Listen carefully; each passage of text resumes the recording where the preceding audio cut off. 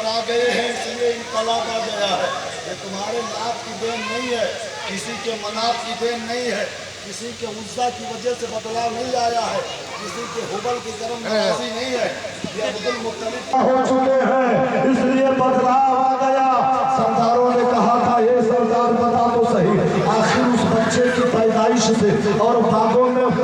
سوکھے درختوں میں ہرے ہرے پتے دکھنے سے آخر رشتہ کیا ہے؟ ایک نے کہا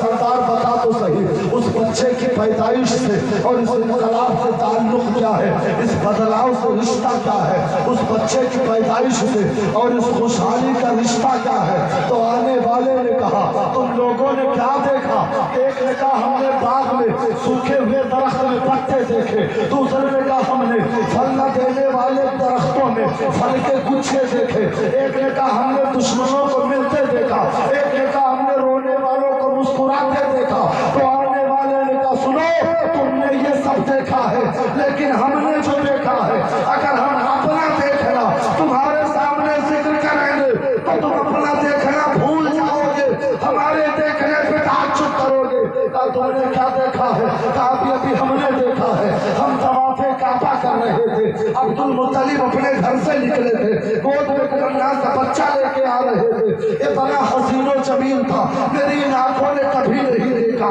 آج پہلی بار دیکھا ہے۔ اور تعجب تو تب ہوا کہ جب میں نے عبد المطلب کو دیکھا تو عبد المطلب آ رہے تھے، اور جب میں نے کعبے کو دیکھا تو کعبہ جا رہا تھا۔ میں پریشان سوچ رہا تھا کہ عبد المطلب آ رہے ہیں یا کعبہ جا رہا ہے، لیکن جب قریب آئے عبد المطلب تو میں نے دیکھا ہے کہ کعبے کی دیواریں عبد المطلب کی طرف جھک رہی ہے، اور جس عزا کی تم بات کرتے ہو نا، جس نام کے تذکرے کرتے ہو نا، جس مناب کی باتیں کرتے ہو نا، جس حبل کی تم تعریف کرتے ہو، ابھی میری آنکھوں نے دیکھا ہے یہ لات و عزا حبل و مناب یہ منہ کے بل گرے پڑے تھے، اور یہ سر کے سر پھوٹے تھے، یہ منہ کے بل گرے پڑے تھے، اور اس کعبے سے آواز آ رہی تھی اشہد ان لا الہ الا اللہ واشہد ان محمد عبدہ ورسولہ۔ تو اس سے مجھے یقین یہ ہے کہ جس کے آنے کی وجہ سے تمہارے لات و منات منہ کے بل گر جائے،